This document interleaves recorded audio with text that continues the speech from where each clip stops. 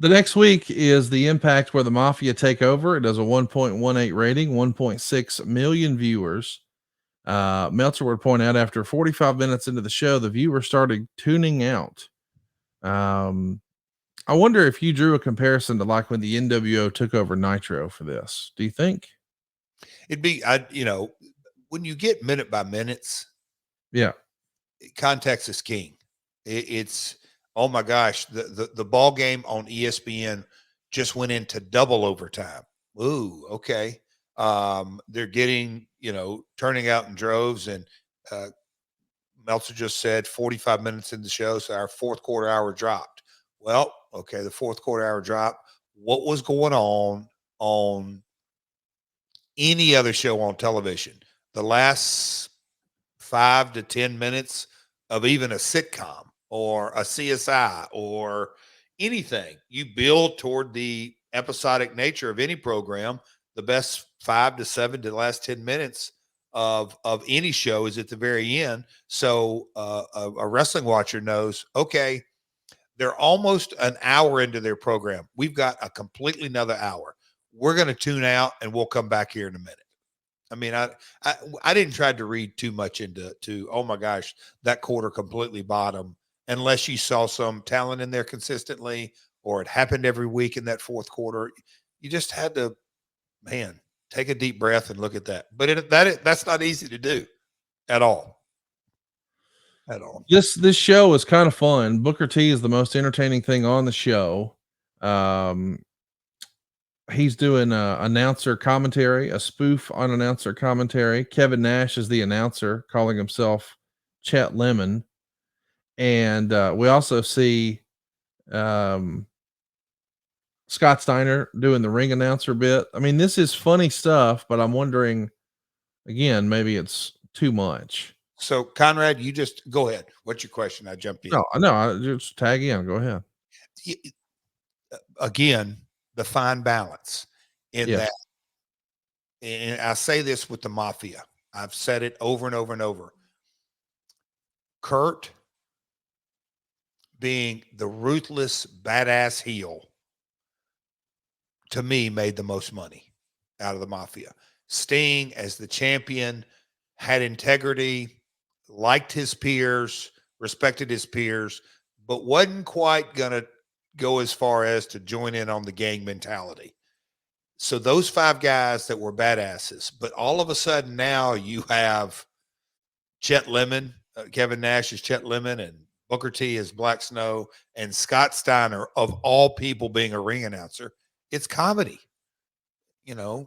Too much funny, no money, or whatever the saying is. Money don't draw money. Yeah. Money don't draw money. And that to me was in a self-contained segment. Yeah, I can get it. It's entertaining. I can hear Vince saying, bro, it's very entertaining. And I would go back and like, yeah, let's let other talent get into the comedy. Let's keep our badasses. And so I think that would be a criticism that is completely valid. Self-contained, it's entertaining. Long-term storytelling, I thought it was outside their characters. Sharmell is going to interview the referees, Andrew Thomas and Rudy Charles, who were facing Booker. Thomas acts like he's scared to death. Charles, on the other hand, is acting all cocky, saying that he was an amateur wrestler and to watch out when his back is against the wall. I think this is meant to be a spoof on Jim Ross, Steve would write, talking about people's amateur backgrounds during pro wrestling. Surely it was lost on the audience. Charles referred to Sharmell as Mrs. T, which I think is funny. Booker destroys them both in 4 minutes. Sting is go ahead. On that was not a Jim Ross reference. Okay. Matter of fact, Rudy Charles and maybe this wasn't supposed to be, and this is where I think you get Dave or Wade or whatever completely over analyzing anything.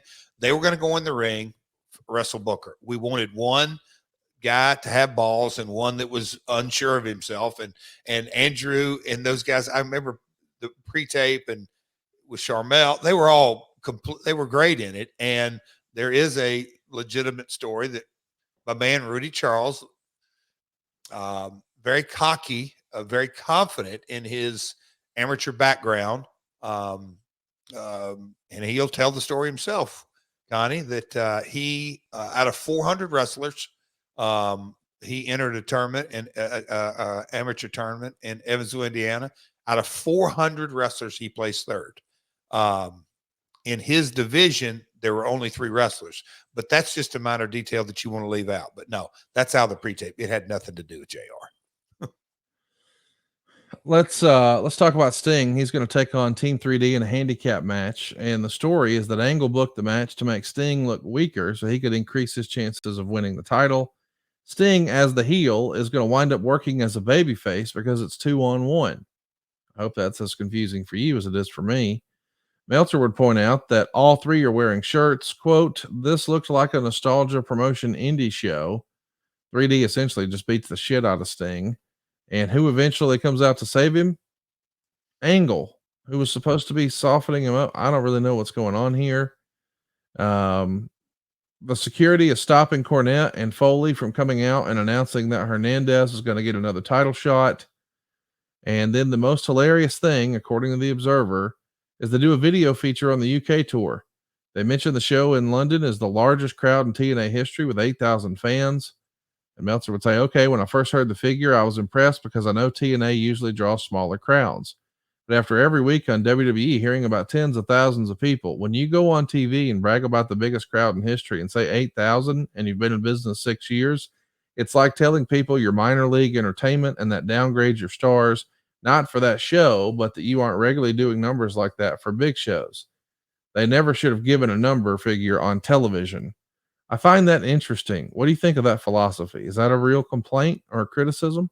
I mean, I think there's some validity there. I think we could have gotten the same point across of, hey, a record-setting crowd in Wembley Arena. I think I think that's a valid point. Context is king, so I don't know exactly why TNA would say that. But yeah, it's like, other mindsets on when you report on, are you going to, it's like, it's presentation,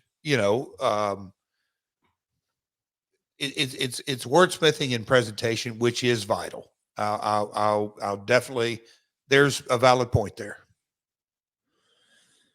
Now, of course, this is the show that the Mafia has taken over. Cornette and Foley are going to screw the Mafia by booking Angle in a handicap match against LAX. Hernandez, who just got his title shot back, misses a tackle, flies out of the ring, leaves Homicide to hit all his big moves on Kurt. And then when he tries for the Gringo Killer, Angle gets out, Olympic Slam, and 1, 2, 3. But wait, there's more. The show ends with a video of Samoa Joe with that Umaga style face paint on, telling fans they're going to get to finally see the real Samoa Joe. Meltzer would say, so now they've completely killed off the character it took Gabe Sapolsky 2 years to develop and hand to them, and they're making him a dime store Umaga. Tell me about repackaging Samoa Joe here. Are you in favor of this? I've read over the years that for whatever reason, Vince Russo was not a big fan. Was this his call? How does this come to be? See, like, I know in the discussions, a dime store Umaga, that was never, ever, ever. There was a ongoing discussion. I was a huge fan of when Joe, and I'm not saying every week because I knew just the execution of that would not have been the easiest or the best, but Joe, legit Samoan background and family, and I'll call it the dance. I know there's another word from that, but I liked it on occasion. The face paint, the dance on stage. When Samoa Joe is going to kick it up a notch, the one thing that just kind of jumped in my mind, it's Finn Balor and the Demon. When you want to take something to the next level, and I know that's not a perfect analogy, but it's just playing another extension of the Samoa Joe character. So I was a fan of it, but not to be done every week.